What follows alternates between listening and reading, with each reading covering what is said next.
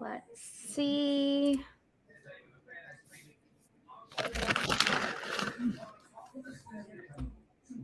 YouTube is like, we're waiting for Zara, and that's not true. Okay. We're here. Mm-hmm. I guess we'll just wait until some people have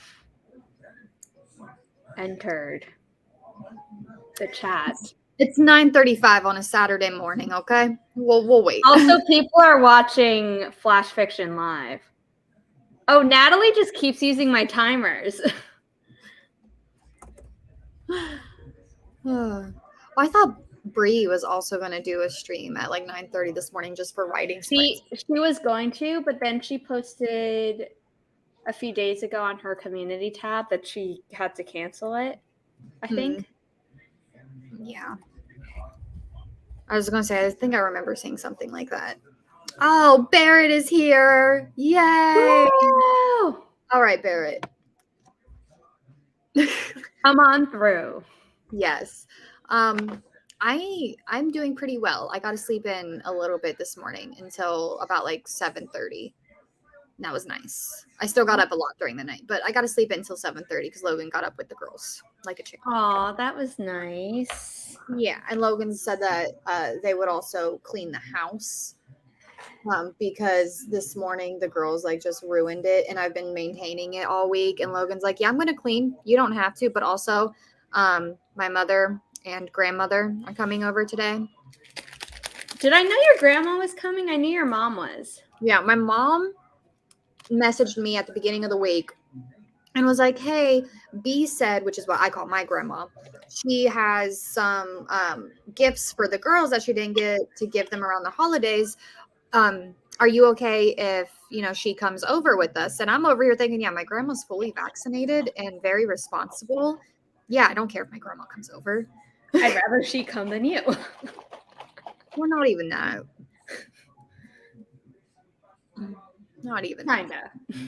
At some No, it's just we're live, and I don't know if my mom watches any of my stuff. Probably not. Oh. But to be safe, let's not touch on anything. Sorry. It's okay.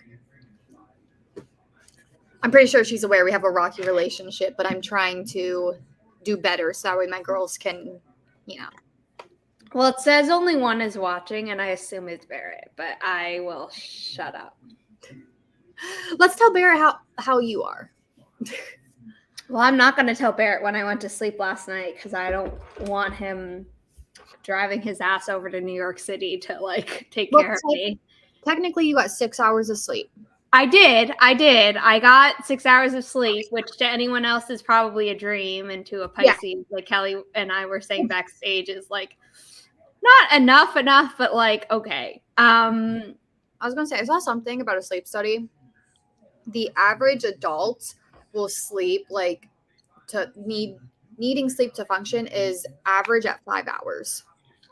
And whenever I have 5 hours of sleep with the girls, I'm great. But before I had kids, I needed a good 9 to 10. Yeah,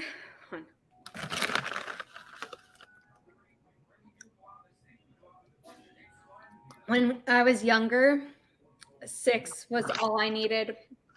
And then I got a bit older and I needed 7, then it became 8, then it became 9, and now it's back to 8. Barrett, I could never imagine you being an evil queen, but I got a funny evil queen story. I mean, if you're like Regina in Once Upon a Time, that's not bad. I mean, yes, it is. She used to rip out hearts and things like that, but also she has a great redemption. Fabulous while she did it. Yeah, and great redemption arc. Gonna be a Wright-ish episode in the future. Mm-hmm. Oh yeah, whenever we do our intros, because we should introduce ourselves and then talk about how this is put on by Wright-ish, and there will probably be other things in the future put on by Wright-ish. We have 5 viewers now, so do we want to do that before you jump into your evil queen story, or do you want to save the evil queen story? I'll save the evil queen story because it's hilarious and it scarred me as a child, but I'm looking back as an adult and I laugh. I also have an evil queen story that scarred me as a child, which I told you once. Well, we recorded. It didn't like in the moment it happened, everyone just looked at me like, why would you ask that? And like, kudos to the Disney actors who dress up and play these characters, because she was on point with everything, and little 9-year-old Kelli just was not like phased at all. But then after everything was said and done, I was like, wow, she wasn't that nice. And my mom's like, she's the evil queen, baby. Yeah. That was at Disneyland, right? Mm-hmm. Okay. Mine was at Disney World, Snow White's Great Adventure Ride, which I didn't want to go on, but my mom and I were on this trip with this other family who had also adopted a girl from China who... Oh, you did tell me. That's the only thing that I share in common with her. And she and my mom was like, oh, if you're scared, you can just like close your eyes or whatever. And my mom, bless her, I don't blame her for this because she'd never been on the ride before, was like, oh, like, it's fine or whatever, like, because we'd gone through the scary forest and I closed my eyes, but then we were, fine. And then all of a sudden the evil queen as the evil hag popped up, like huge, looming over the like little boat thingy that you're on. Yeah, so that was my scarring experience with the evil queen. I had a little book. It was like a little book where you get like, the autographs for everybody. Oh, yeah. I walked up to her because we were waiting in line, and I walked up for my turn, and she was signing it. I'm like, do you know where Snow White is? Because I really want her autograph. What was the response? Her face, like she was serving character. And she was like, she said something like very like, well, I am the fairest of them all. And I was like, no, the mirror said Snow White was. Oh, you sassy little girl. Yeah. And she's like, well, even if I did know where she was, I wouldn't tell you. And I was like, well, fine, I'll go find her. If any of you have or haven't seen Patty Cake Productions, spelled Patty Cake Productions, there are these people who, one of them used to work in like the Disney parks as like one of the actors. And then I think the other one is just his friend, or maybe also did, but they do all these like Disney recreation things. And then they now have like 2 original series, but using Disney characters or whatever. But basically they have all their friends who work in Disneyland or have worked in Disneyland.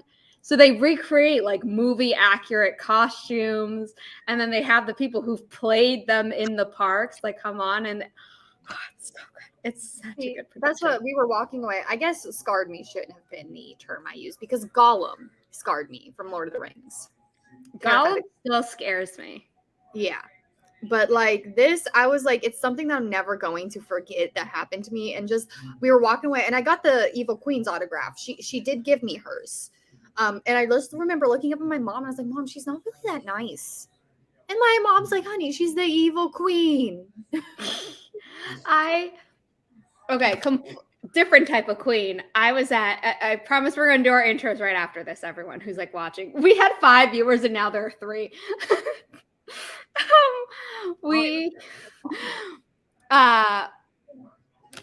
We were at a pride parade in New York City, so you can imagine like how crazy that was. And I was a little girl, and there's a drag queen on like some float or whatever, super tall, super statuesque, some sparkly outfit that I can't even remember. And we were in the, at the front because I was so small. So my mom had obviously gotten us there early enough and like had me on her shoulders or something, so like I could see. And I was like, Mom, she's so pretty. And the queen like heard me and like waved to me, and I was That's so nice. Anyway, Kelli. Yeah. Okay. Do we want to do the intro in the order that we do it in the podcast for season 3, which is actually no, in every season I've gone first. Do you want to do that, or do we want to do it alphabetically this time and shake it up? You just take it away. My name is Zara Hoffman. I'm a self-published author of 6 books, a young adult paranormal romance trilogy, and a new adult sci-fi romance trilogy. I am almost an alumni alumna of the NYU Masters in Publishing program. And this is our first book description clinic presented by our podcast, Wright-ish. Kelli. Yes. Okay. Hi, I'm Kelli. I am a genre hopping writer, trier of hobbies, and a domestic goddess, which is a fancy way of saying I'm a stay-at-home mom and wife.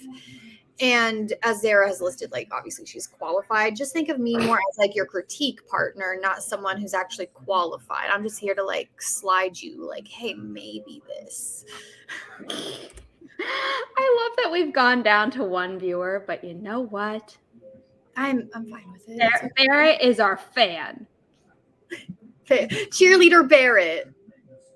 We love you, Barrett. I mean, honestly, those people could have other things going on and they could just come back and watch the rerun. Yeah, recap, rerun, whatever. Yeah. Sorry, I just clicked over to Natalie Flash, and they keep using words in the sprints that like are related to me somehow. And I keep my mouth shut about it.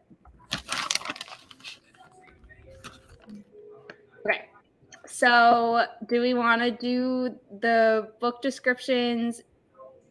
Hi. Good morning. Do we want to do book descriptions in the order they came in or in reverse order? Let's do reverse order. Great. Also, the one that came in last, it did say the age, but I want to read it without looking at that first. Okay. Because a book description should tell you, should convey the age without you having to say it. So, sorry, I thought I'd made this bigger.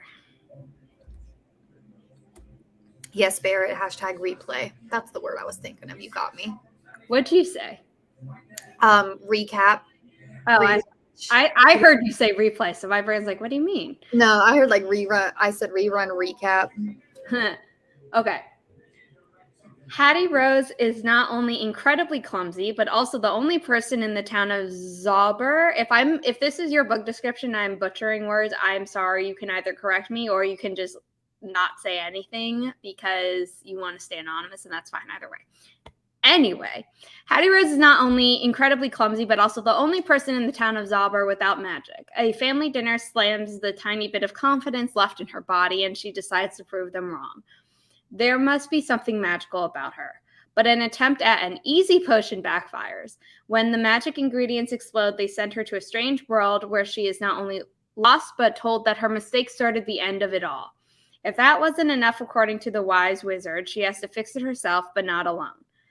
The girl, her guinea pig, and her newfound friends, a wizard apprentice and his white fox, take on the mission to get to the Isle of Shadow, defeat the shadow monster, and find a way back home, all while remaining calm, or trying to.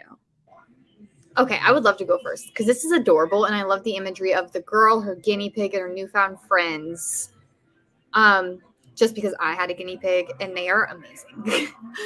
So I love that. I honestly, a wizard apprentice and his white fox, I would like just leave it out. The girl, her guinea pig, and her newfound friends. I would say that too. Take on a mission to get to the Isle of Shadow. That's what I would do. But other than that, I love it, and I want to read Hattie's story. All of what you just said, I will also like to say but an attempt at an easy potion backfires when the magic ingredients explode. I think you could condense that and be like, but when an attempt at an easy potion backfires and sends her to a strange world, she is not only lost, but told that her mistake started the end of it all. And then also, she has to fix it herself, but not alone. Doesn't grammatically make sense. So I would instead do, if that wasn't enough, according to the wise wizard, she has to fix it, period. Because then we get into the girl, her guinea pig, and her newfound friends.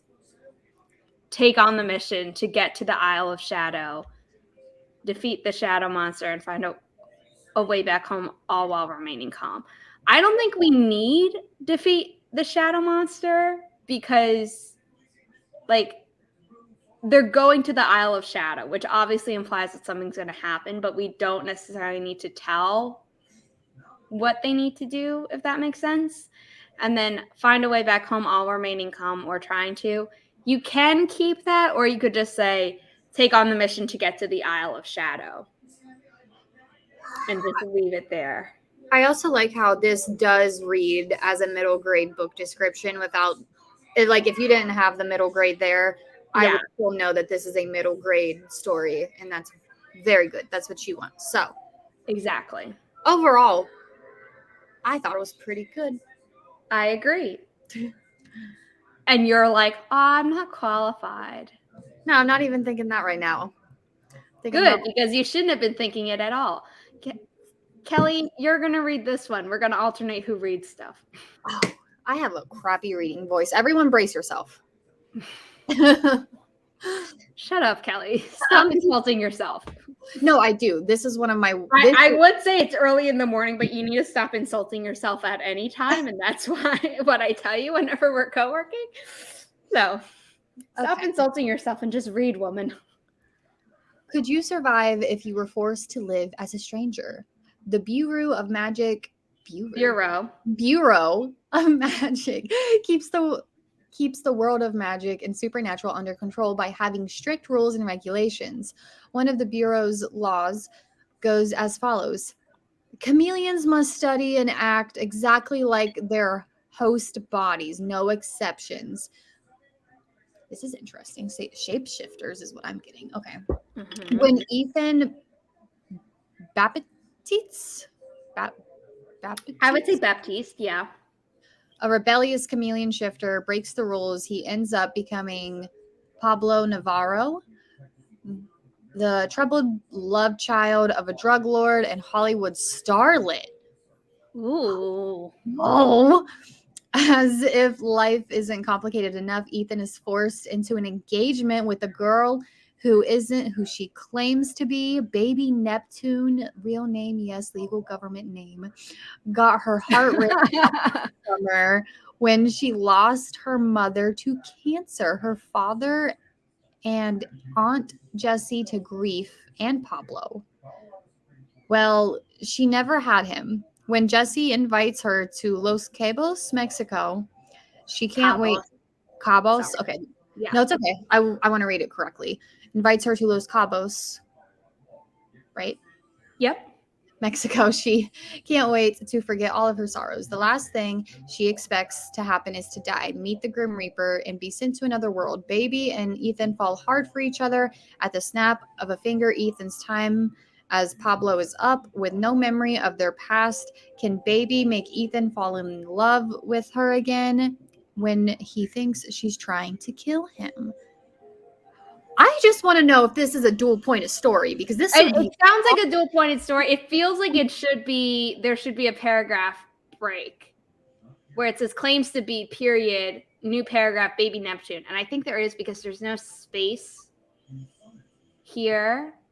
Oh, but then it didn't do it in the doc. Yeah, I think Typeform got rid of the paragraph break. So let's treat it as if it is. Mm-hmm. You go first. I went first on the last one. I know, but okay, fine. We'll swap everything every time. So, okay. I like it a lot. I don't think we need this because we have strict rules and regulations, and then we already have a rebellious chameleon shifter breaks the rules. You know, like seeing something in all caps in a book description, I just don't think we need it. And then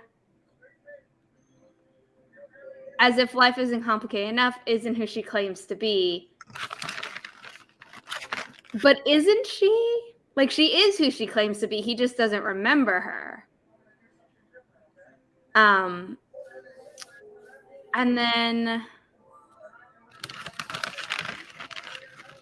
then Jessie is her aunt who invites her to Los Cabos. But it says that she lost her father and Aunt Jessie to grief. So I don't know if there was a name mix up or something.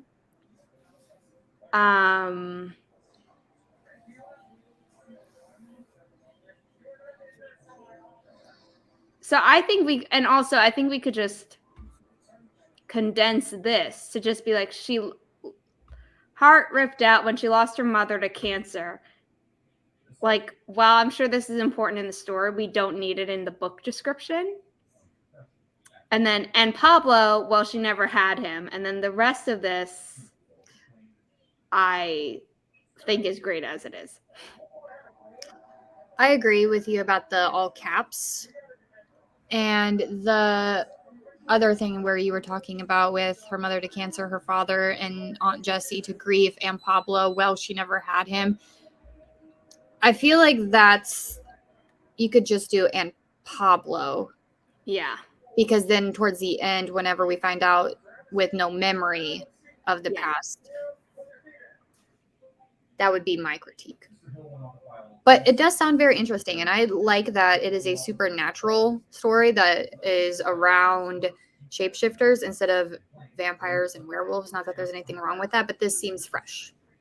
I also like Los Cabos, Mexico, Meet the Grim Reaper. So it's like, it's fun things. And whoever did this, it sounds like it could be young adults.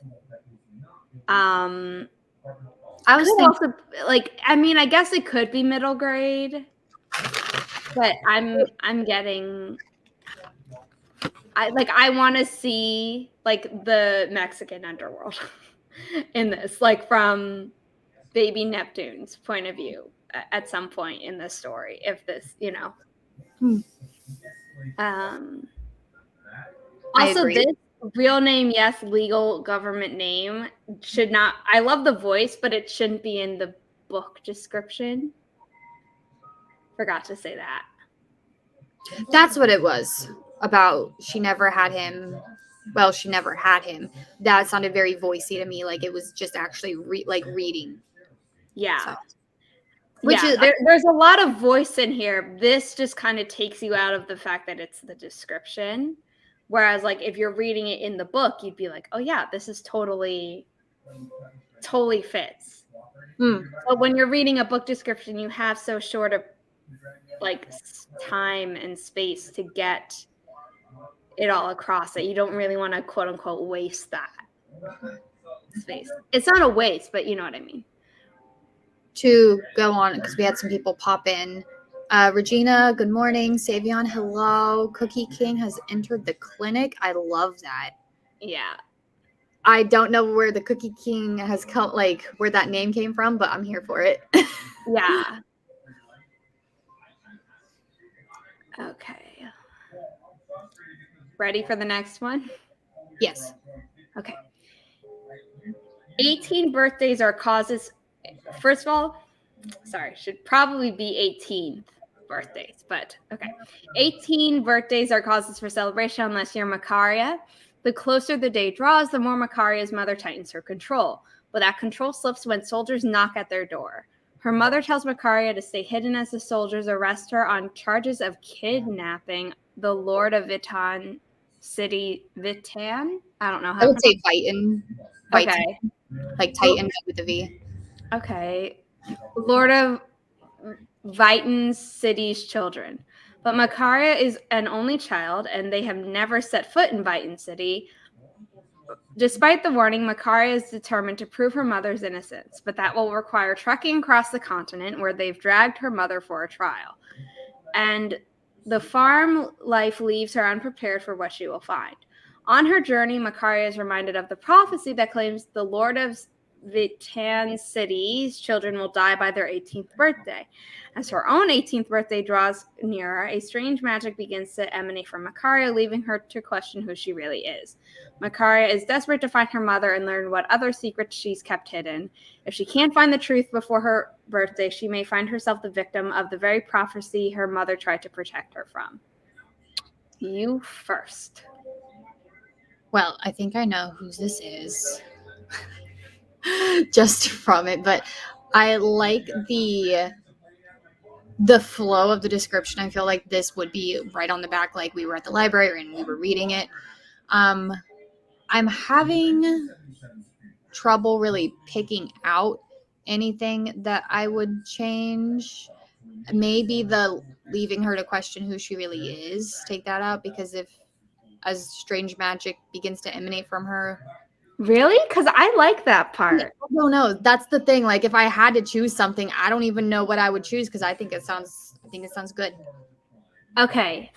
I have a few things. They're mostly in the middle. I think the start is really strong, minus the accidentally writing 18 birthdays instead of 18 birthdays.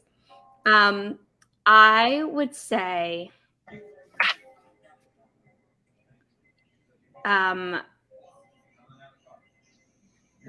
here, like, while this is good storytelling, this is all stuff that we will see in the novel, and the leaving her to question who she really is can tie back to she's an only child and her mom's been charged of kidnapping. We don't need to know about this prophecy necessarily. And because the way the description is written, it's hinging on the relationship between the mother and daughter and this maybe secret that exists between them.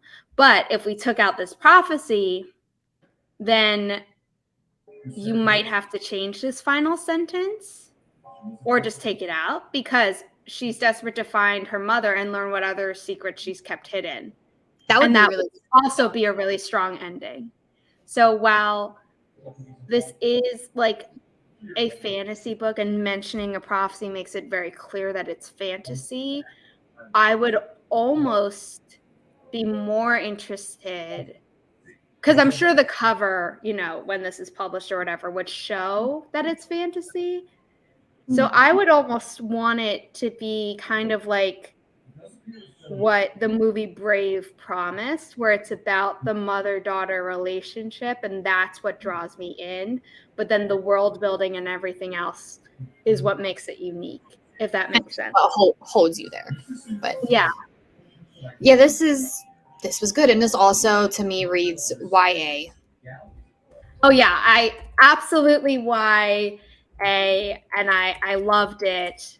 And like, I guess we didn't say it, but we've always been thinking this, and I think we say it often in our podcast, so that's why I didn't think to say it before we started giving the critiques. As with every type of critique, this is our opinion. It is biased. Everything in the publishing industry and the arts, creative arts, is biased.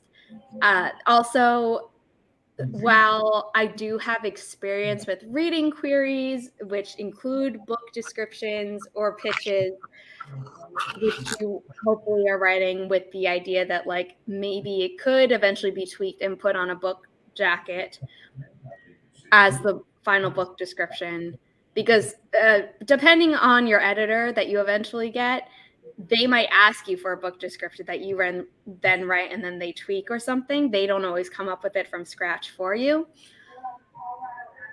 My opinion is my own. This is not me being like, as someone who's worked in the industry, this is what everyone agrees on, because that doesn't exist. Yeah, so basically our word is not law or concrete here. We are just giving our thoughts as if we were your critique partners and one of us happens to have some background with this. Yeah, and or we're like in a bookstore or on Amazon, and then we're talking to each other about like, oh my God, did you hear about this book? And then we're reading what it is, so we're not coming up with the plot ourselves or a description of it, but then we're like, oh, if this was us, because we're also writers, this is how we'd make it stronger. So we're coming at it from a writer and reader point of view, but it's not, nothing is set in stone. Girl, I already know. Yeah, we both did, but I've been trying very hard to not, like, if I recognize something, I don't want to say it, because there's a reason I left things as anonymous, because I didn't want people to feel shy it's okay. about submitting their stuff, if that makes sense. Whenever we get to mine, I'll be the one to put myself out there. Because it's okay. Because with writing, you know, it's a craft and you grow and you learn. So that's what it's about, and can't shy away from critique to help better. I am very upset that I'm human and need a bio break. So we're going to take a brief intermission before Kelli reads the next one, actually. But I want to be here for that. So talk amongst yourselves. I'll be right back. Kelli, have fun. Yeah. Okay. Yeah, Brie, don't worry. Like, we're on the same wavelength. I got you. So, how's everyone's weekend going? I have a busy afternoon planned, and then tonight, I believe Zara and I are going to be with Barrett over on the Vixen of Fictions channel with Author Tubers React. I'll have to double check what the topics are for tonight's reaction, but it's going to be great, and it's at 6 p.m. EST if y'all want to drop in there. Anything else? Cookie became a thing. I wish I could like click on comments and pull them up. Zara and I are going to figure that up after. That was very quick.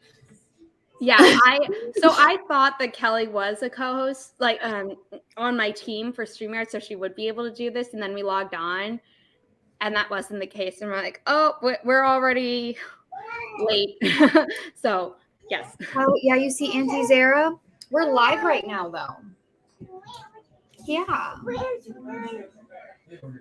Hi. She thinks we're co-working. Hey, this chair's small. Cookie became a thing while I was co-hosting a Laura Nettle stream because I am always eating cookies when sprints start. It has become unintentionally became a part of my brand. I love that for you, Savion. And I also wish I could always have cookies nearby eating. It's an array of snacks for me. I'm not consistent there. What paper? Was this the paper, Brie, that you were talking about on Wednesday when we were working on Project Metal? And I'm so excited for your mermaid project, Brie. Oh yeah, it's gonna be a great one too. Good job. Working on final papers and have a friend's birthday party later. Enjoy the party. Get those papers done. Mommy's gonna read. You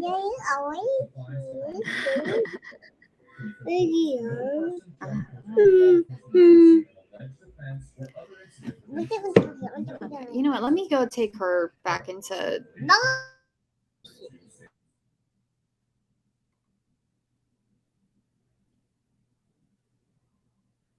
Savion, packing and exams. Brie, is this your final thing, or do you have like another academic year ahead of you? I don't know how long your program is.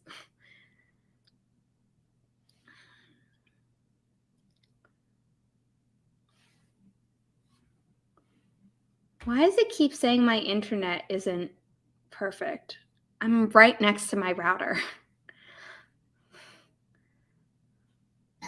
My internet was acting odd yesterday also. Okay. The rest of the calendar year? Or like another academic year? Do you get a break? I hope you get a break, at least from schoolwork. I understand you might be working. Yeah. Pass the assessment for my clinicals. Yes. Okay, so it was a Wednesday, Brie. You can do it. I believe in you. And Savion is also busy due to packing and exams. Good luck on the exams. All right. So when Ms. Sundu moves and across the street from 12-year-old comic drawing Jimmy. He immediately becomes suspicious of the creepy and possibly dangerous old woman after her turns of phrases make his skin crawl. Nevertheless, Jimmy is forced by his mother to help the arthritic Miss Sundu in her gardens. I'm sorry, this is just funny to me because I have really bad stuff going on that. Okay, anyway, where he makes some disturbing discoveries. Her boots are too big and filled with worms and dirt. She wilts in the shade, and her hands feel like something squirming inside of her gloves. I'm thinking of like Oogie I'm thinking of a Oogie golf. Boogie or in Nightmare Before Christmas. The Ooh, Oogie Boogie Man. yeah. I was thinking more of like she's someone's golem. Jimmy tells his friends what he saw, but they don't believe him, blaming it on his vivid imagination. So much was blamed on my vivid imagination as a child. Sorry, side note. But when the family's cat and Jimmy's little sister go missing after last being seen near Miss Sundu's house, he must gear up for a daring rescue mission. He will brave his fears to save his sister and their pet from Miss Sundu's twisted tendrils before her homemade fertilizer gains a new ingredient. That's Okay, middle grade horror. I'm here for it. Oh, hold on. Lucy woke up from her nap. But yeah, this is great. Okay, well, I go first anyway because Kelli read. So, I love this, but it's long. So, while he draws comics, does connect with his vivid imagination, we don't need this because a 12-year-old can have a vivid imagination on its own, and this can just be part of the story. Then turns of phrases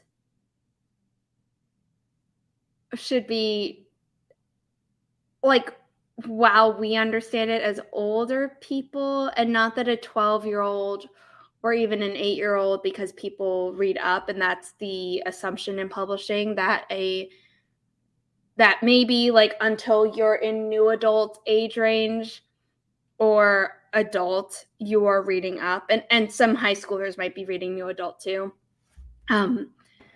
You still want to stay within the voice of the character, and this just kind of pulls me out of it. So, and possibly dangerous old woman. I think we could just take this out because he's suspicious, and then make some disturbing discoveries. And then all of this, they don't believe him. And I really think it's like the first sentence that I think is better, and then everything else I'm just on board with. I don't have anything else I would change. I agree with all of those changes. The only thing that I could add to that is at the end where he must gear up for a daring rescue mission. I would take out he will brave his fears to save his sister and their pet from his Sundu's twisted tendrils. Maybe just take out he'll brave his fears to save his sister and their pet. So he must gear up for a daring rescue mission before Mrs. Sundu's homemade fertilizer gains a new ingredient. Yes, exactly. I like that. I like the change. My only suggestion, but I love that it's a middle grade, and I love that it's a middle grade horror. I'm getting very Goosebumps vibes from this. Yeah. I'm like, even though the house with the clock in its walls was fantasy, I'm also like getting that type of vibe. Mm-hmm. So this has me very excited. And when I was younger, the like middle grade horror that I read was very few and far between because I was a scaredy cat. So the fact that I'm like, I am on board with this is like a big compliment to whoever this is. Just scary enough. Yeah. Okay. I'm reading this one. Dr. Evelyn Peters, I like that it's short. First of all, that's not that long ones are bad, but I always do appreciate a short one. Dr. Evelyn Peters is Nora Saunders' last resort. Nora suffers from anxiety attacks that have begun to impact her work. While trying to heal an unrelated local court case, unfolds some psychological trauma from a recurring childhood nightmare. Nora's path to healing is roadblocked with the hardest thing she has never been able to do, forgive herself. So Kelli is supposed to go first on her feedback. Just taking care of the small beans. No worries. I was gonna let you, just come back when you could. Just turning on something for them because I had lo-fi music on, but Luna's sitting in her chair now and Lucy's awake. So, okay. I think, like you said, sometimes it's better just to be short and sweet. And with this, to me, it reads like an upper YA or adult to me. It's adult. I know whose it is. Okay. So I can say that it is adult. Yeah. I was definitely getting older. Yeah. But no, I like that it's short and sweet. I don't know like the project, so I don't know how much more could be given. But part of me wants a little bit more, but that could also be because we've been having longer book descriptions until this. I understand wanting a bit more. I think the author is worried about like trigger warnings being needed within the book description, but this book definitely like needs a trigger warning. In that case, I think it's perfect. Yeah. And then I will say unrelated local court case. I don't think that's needed. And then from a recurring childhood nightmare, while helpful, I think you could just say unfold some psychological trauma. I think that could be the end of that sentence. And then roadblocked. I don't love that in here. I think it breaks up the sentence. I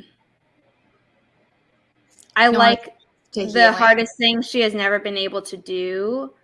I think maybe change the first part, and then the hardest thing she has never been able to do sounds a little bit young adulty. So blah, blah, blah, blah, blah. The one thing she's never done or something, like make it a bit shorter. You could say Nora's path to healing is halted because she needs to do one thing that she's never been able to, which is forgive herself. But that's still long. But like it's getting closer to something. Yeah, where it's like Nora's path to healing requires her to do the impossible, forgive herself or something like that. Yeah, Nora's path to healing requires her to do the impossible, period. Forgive herself, period. Colon. It would be colon, forgive herself, period. But yeah, so I think just tightening it up, which I think is ironic because we also said that we would like more details. So like if it was expanded, I do think it could be expanded without going too far into the trauma that is then experience. I meant explored in the book. So yeah, I think. Thanks, Bree. But yeah, do you have anything else you want to add? Nope. I just don't know where my smallest baby went. Hold on. That's concerning. Yeah.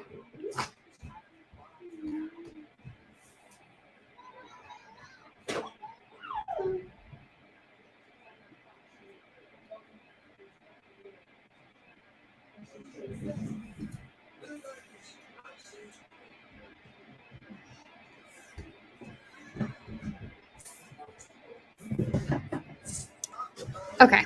Now I thought something was happening and it was not. I thought Logan went downstairs to the basement and she chased him into the closet, and the stairs to the basement got left open, and like I was scared of her falling down because I heard the do. But no, I go in the closet and it's just Logan getting a shirt and Lucy just right beside him.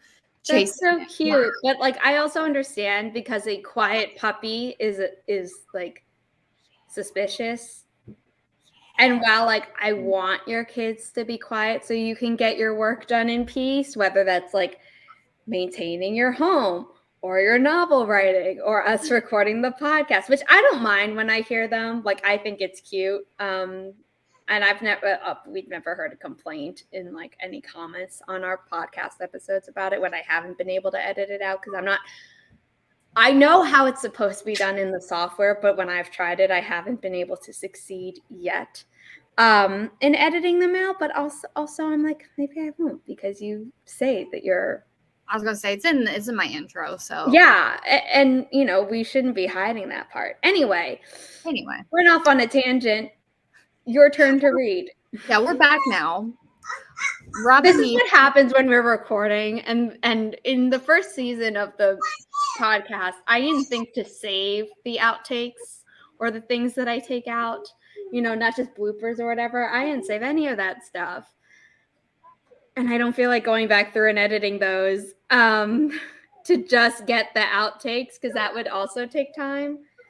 But for season 2 and season 3, I'm keeping them, so that eventually when we have tiers on our Wright-ish Ko-fi page, there will be more things to unlock. But we will talk about that when we've reached the end of the final one, and this is our second to last one. So without further ado, take it away, Kelly.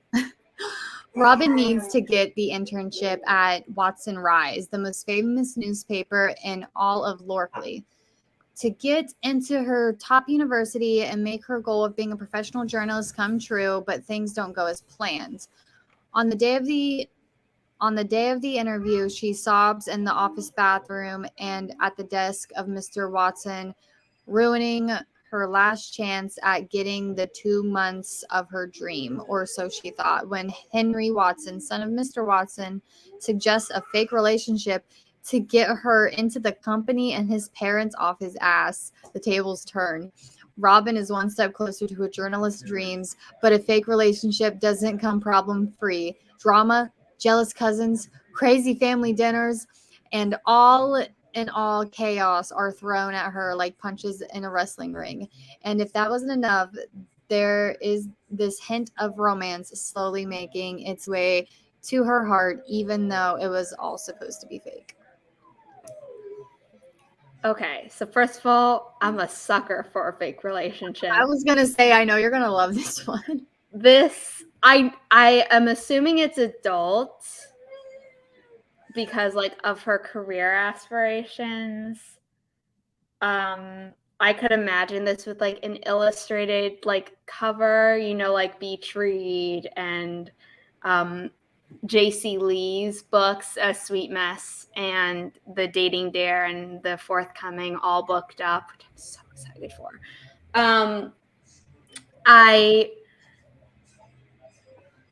I have thoughts about tightening this up.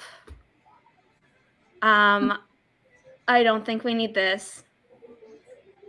Robin needs to get the internship at the Watson Rise to get into her top university and make her dream, I would say her dream of being a professional journalist come true.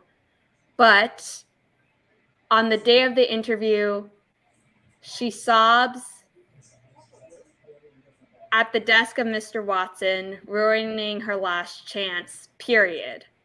Or ruining her last chance at her dreams. And if we said ruining her last chance at her dreams, we would have to keep her goal. And while I said in the previous one, was it the previous one? Maybe it was 2 ones ago, that the first sentence should be short. I do think it would be okay to be a little bit longer as long as this was condensed. I like this. I like this.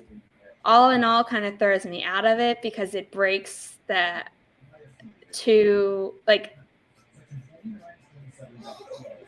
And I would just say drama, jealous cousins, crazy family dinners, and general chaos. And then I like thrown at her like punches in a wrestling ring. And then for some reason this feels wrong. I would say, and if that wasn't enough, there is a hint of romance slowly making its way to her heart, even though it was all supposed to be fake. I would say with the last sentence, there is a hint of romance slowly making its way to her heart, even though it was all supposed to be fake. Take out, even though it was all supposed to be fake, because the fake relationship is brought up a good bit before. So I think this part is common though in like these types of book descriptions. So I agree that it could be left out, but at the same time, I don't mind keeping it in. I also agree with the general chaos thrown at her like punches in a wrestling ring. That does read better. Yeah. Because it's like boom, boom, boom, and then just this. Yeah. I am curious though what she was crying about. Got questions for Miss Robin. I think we could also say on the day of the interview, are you done, He breaks down, ruining her last chance. You know, we could just leave it a lot briefer.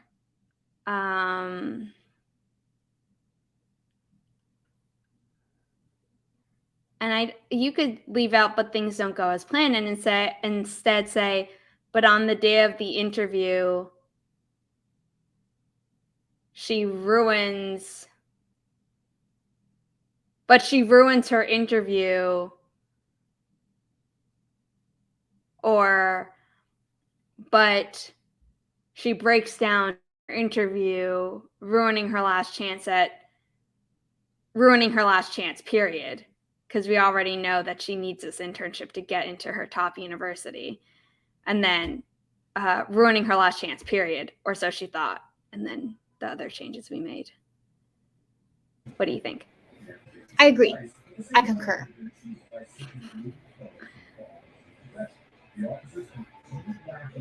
Moving on. Mm-hmm. Okay, final one. Woo. Oh, do you want I'm so bored by this already. I'm joking. I was gonna be like, do you want me to read mine or do you want to read mine? No. Tucked away on a mountain range that fringes the edge of the realm, lays a village far from their own kind. On a bitter winter's day, yeah, I'm assuming this S was a mistake. On a bitter winter's day, a group of children wander just a bit too far from their home, Frostkeep. I like that. Frostkeep or Frostkeep. Either way, I like the name, but I'm just curious. The children discover an abandoned manor. So, you know, there are some typos. It's fine. The children discover an abandoned manor that seems to overlook Frostkeep. The children started speculating that the place had to be haunted, driven by their need for a place in the group. Driven by their need for a place in the group, Cypress volunteered to head into the house to prove no ghosts were living there. What Cypress found certainly wasn't a ghost, but a creature. Come along on a journey through the seasons as stories are shared and an unlikely friendship is woven. So, I'm going to go ahead and say, obviously, there's typos because that's classic Kelli with typos and misspellings. I would fix the driven by their need for a place in the group and put Cypress's name before there. So that way it sounds better, because whenever you were reading it, it sounded like there was referring back to the children. Yes. Instead of to Cypress, which is what it was intended to do. So that should be fixed. Yeah. Also, personally, the children then discover an abandoned manor could just be period. That's what I was going to say. I don't think we need this. Yeah. I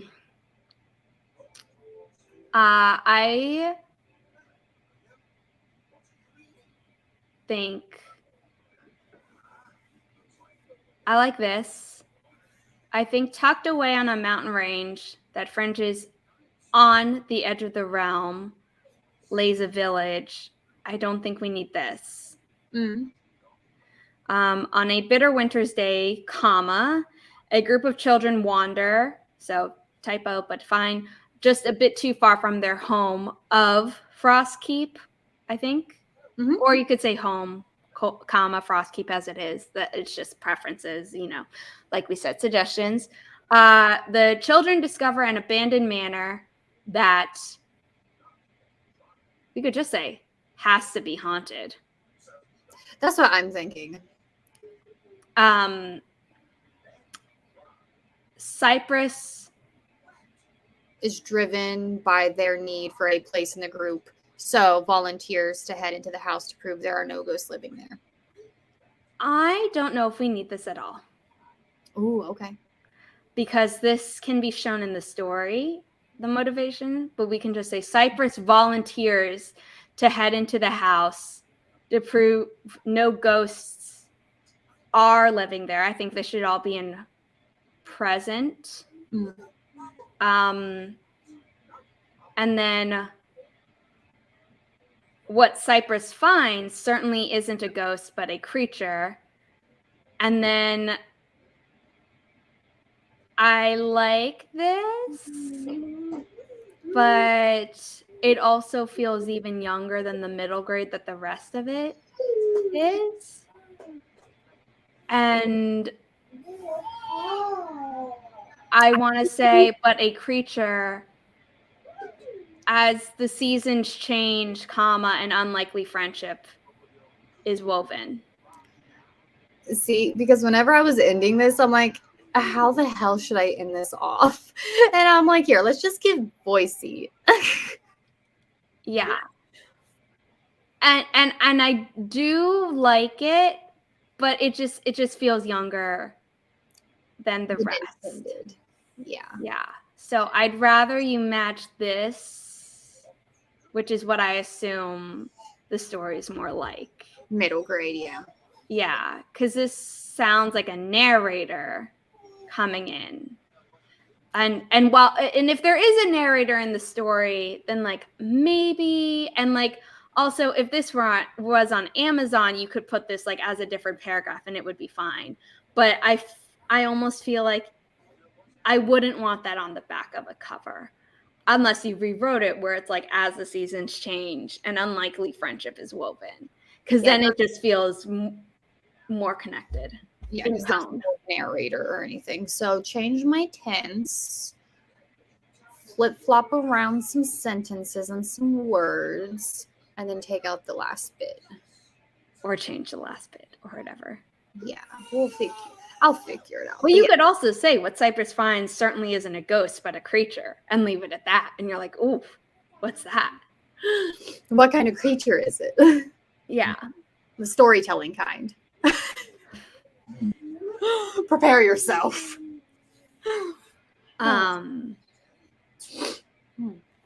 So those are my thoughts. No, I mean, I agree. I was like, whenever you were reading it, I'm like, okay, that needs fixed. That needs flipped around. Yeah. I feel like we always feel that way though. Like when we see it through new eyes, like when we realize someone else is like looking at our stuff, we're like, oh, now I can think of all the things I should have fixed before I should have shown it. Well, no, I feel like that's what this is all about though. Like, oh no, absolutely. But it's like when you're going through your mind, you're like, I should have fixed this. I'm like, but that's a normal reaction. I don't want you to think like that you're. No, I don't. It's okay. I was actually excited because I was like doing this one day where I was like multitasking and I'm like, this is going to be nice though, because then we're going to be on screen and Zara's probably going to read it and then I can hear someone else reading it.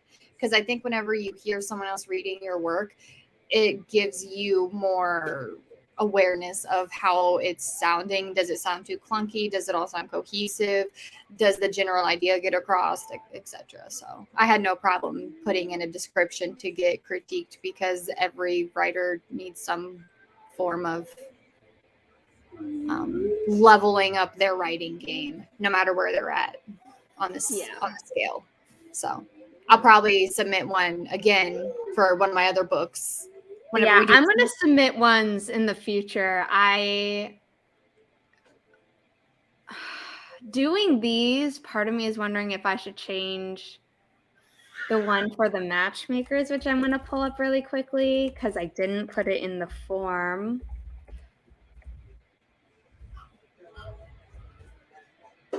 But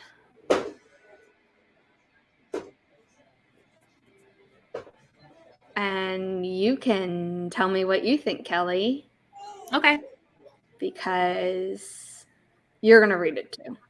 Also, we didn't talk about taglines, but if you're self-publishing, having a tagline, like the one where it's like, could you live as someone else? You know, like that's a good way to grab someone's attention. But in traditional publishing, they don't always do it. Are you ready to meet your match? That's cute. Okay. Thank you. You're welcome. Love is a science in the 23rd century. After World War IV. I was going to say, I'm like, why is that flipping around in my head to 5? No worries. Ended, the remains of North America became the heartland, where knowledge is power and all marriages are arranged. Oh God. Rosemary Catherine Young can't wait until she meets her match on her 18th birthday. But when a terrorist attack occurs, she is hastily matched to the president's son, and her sister is accused of treason. Is it possible to find love in a society controlled by logic and science? I remember you talking about what this was actually inspired by. Yeah. So I like this. The only thing that really throws me off when reading it is her full name. Yeah. It's just names are kind of important to me, the names are important because it kind of goes back to like, you know, old money, like when people have crazy long names and things like that. Think of my Greek friend who lives around here. Her name, Katina Maria Pahundis. It was real long. It was a mouthful every time. And I'm like, yeah. And then it's also, you know, like you have Spanish names and, you know, Chinese names are normally very short. But because I'm adopted and I have Hebrew names as well, and we include my Chinese, you know, so like my name is long too. And even though now I'm wondering if when I revise or something, or maybe I'll like write something on Ko-fi or something about why I gave everyone like the names that I did. That would be, I like that as a Ko-fi tier or something.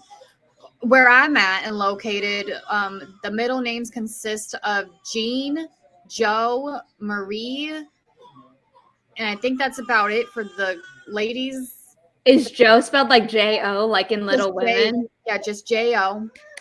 And then for the male presenting ones around where I'm at are normally William, Matthew, or like some father, like the father's name is thrown in there. But another one is popular is Lynn. William Trust. That was his name. William Trust, Pastor William. You know, Piglet's little lamb. Yeah. I remember Piglet. And then what I always do at the end of my book descriptions is I say the title, the genre, and then like I pump myself up by like, this is what I did. Now with let's just kind of look at this like traditional versus self-publishing. Is that something that self-published authors do more than what is on the traditional market? Yes. So if this was a traditionally published book, it would end at like, is it possible to find love in a society controlled by logic and science? Might not even, and it might just be like, is accused of treason, period, something else, where it like doesn't go right to a question, but instead is like, she must now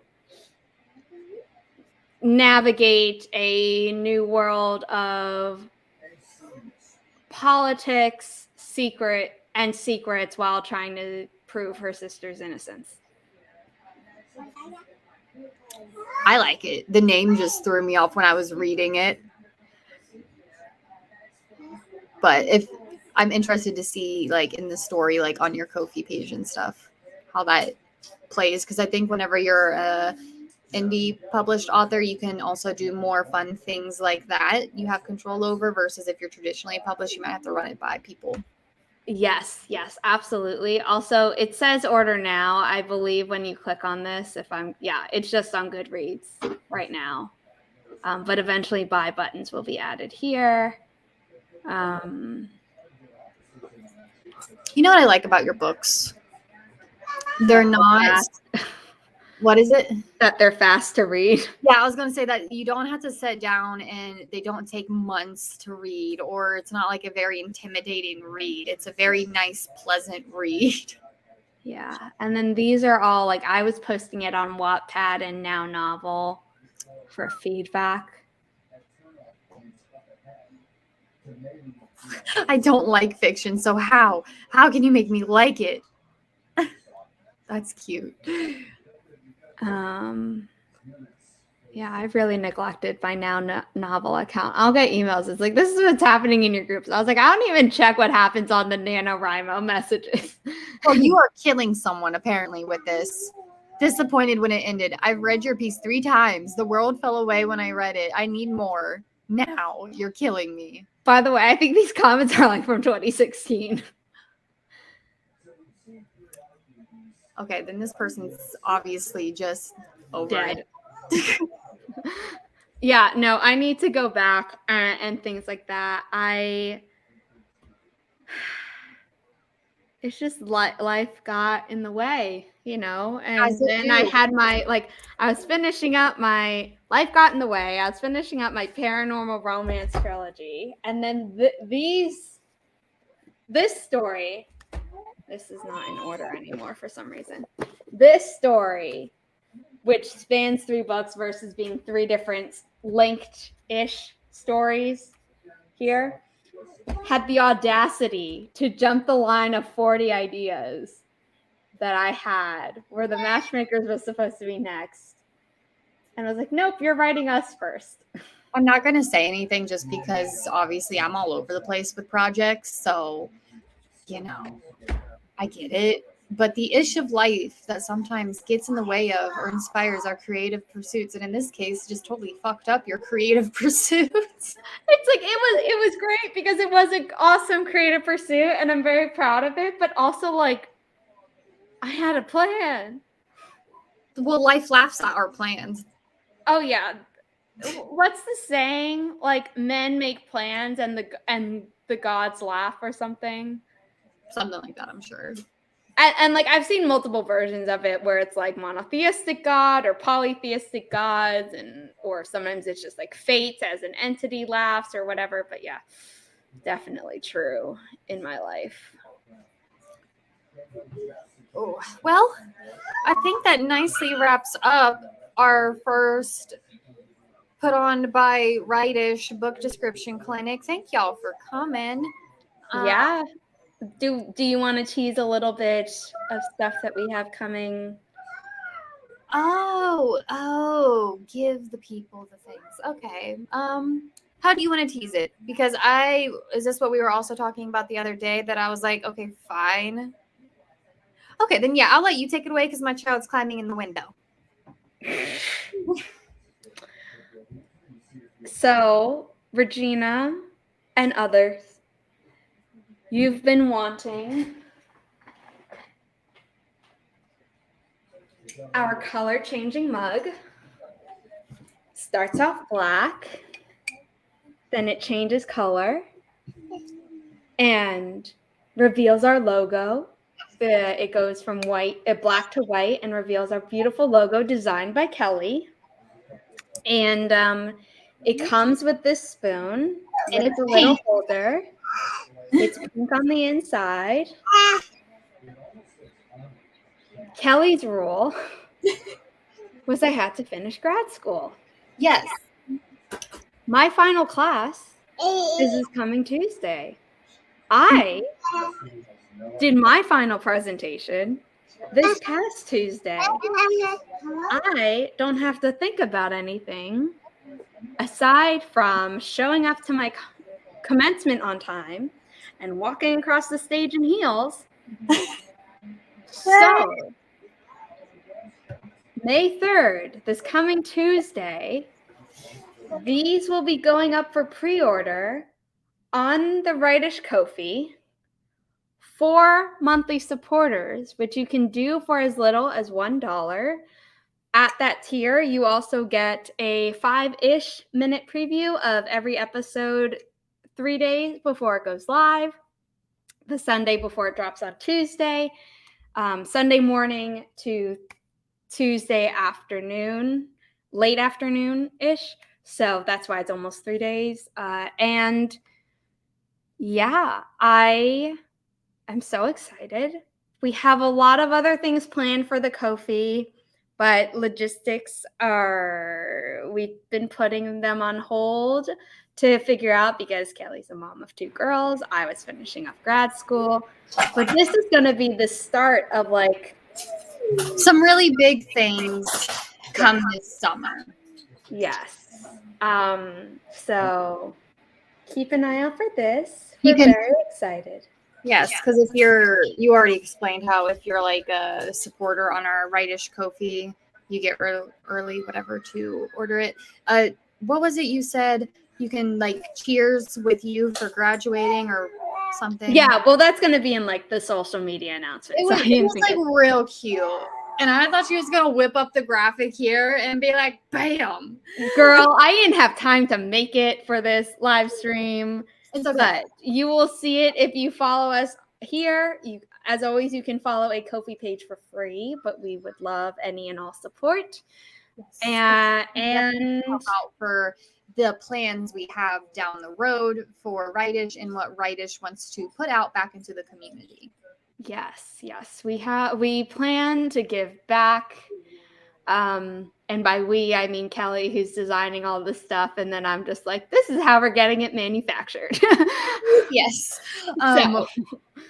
There was something else I was going to throw, but honestly, I forget and I don't want to give away too much. So we'll just leave it there. I think we can leave it there. And so thank you to everyone again for coming to the first book description clinic presented by Wright-ish. Kelly, do you want to announce how frequently we're going to be doing these? We're going to be doing these monthly, once a month on the last Saturday at this time slot. No, right? Third Saturday. Third Saturday. We're going to be doing this monthly on the third Saturday of every month at this time slot on this channel. Yes. Or is it last? I don't even remember anymore. I think we said the third because we didn't want to overlap with Author Tubers React.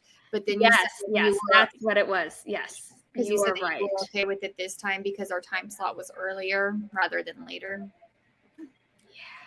And we're gonna have a good break this afternoon before we have Author Tubers React tonight over on Mia, the Vixen of Fictions channel. Yes. I forgot to add that to this description. I will do that once we log off. Also, I'm going to be on her writer's wrap up at 3:30, where there will be some writing sprints, but also just a lot of chattiness. I'm going to just drop her YouTube channel because she's great. I was going to say, I feel like everyone here should already be subscribed to Nia, but if you're not, subscribe because she's amazing. Yes. Do you want to do your outro? I'm Kelly. I'm a genre-hopping writer, trier of hobbies, and a domestic goddess. Yeah, that's right. I'm like, what am I missing in my title? I'm a domestic goddess. I have children, and I'm a wife. Yes. And you can follow me on Ko-fi. I'm going to be better about posting on my Ko-fi. That is one of my goals for the month of May, getting back on track with that, posting a blog-style post about once a week about what I'm doing this week, because I don't only write, but I also can and garden, and I'm foraging and mother things and art things and podcast things. So you got a lot of stuff going on. I love it also because it's like so different from my life. We're at a slower pace over here in the foothills of Appalachia. I just realized that the banner looks better when it's pink and it's contrasted. It's our colors. I know. Yes, so that's Kelly. Be sure to follow her. And eventually she will be selling things in her Ko-fi shop. Eventually, because I'm going to be gently bullied into doing it.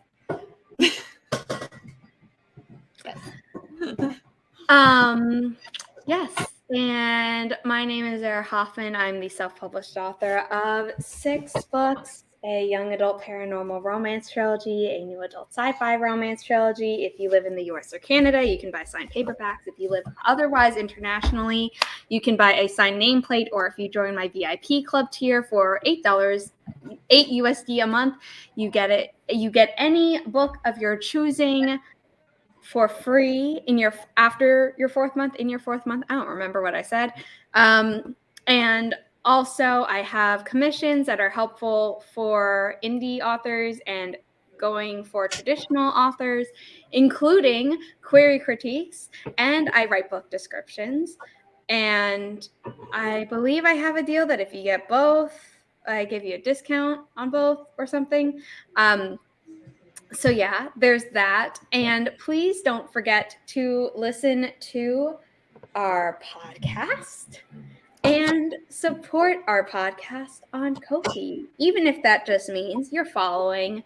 And when you listen to our podcast, please set your app to download our episodes, because that is what registers. And then we will be able to eventually put that forward to advertisers and hopefully get advertisers on our podcast. They will always be relevant, we promise. But then, you can set your device to delete listened to episodes. So thank you for being here. We will be back next month. Have we decided whether we're swapping channels for it? I don't really use my YouTube channel that much. Do we want to switch over to the Wright-ish YouTube channel? I forget we have that sometimes, to be honest. How about we deliberate more on this, and then we'll make an announcement on social media once we do. Yes, we will share the link to this live stream when it is scheduled. The time and date are already up on my website, which is zarahoffman.com, where I post all live streams that I am a part of and planning to be a part of, and sometimes ones pop up unexpectedly. So please be sure to subscribe to my channel if you would like pop-up writing sprints every so often, and then check my website, because sometimes at the last minute I decide to join a friend on their stream. Yes.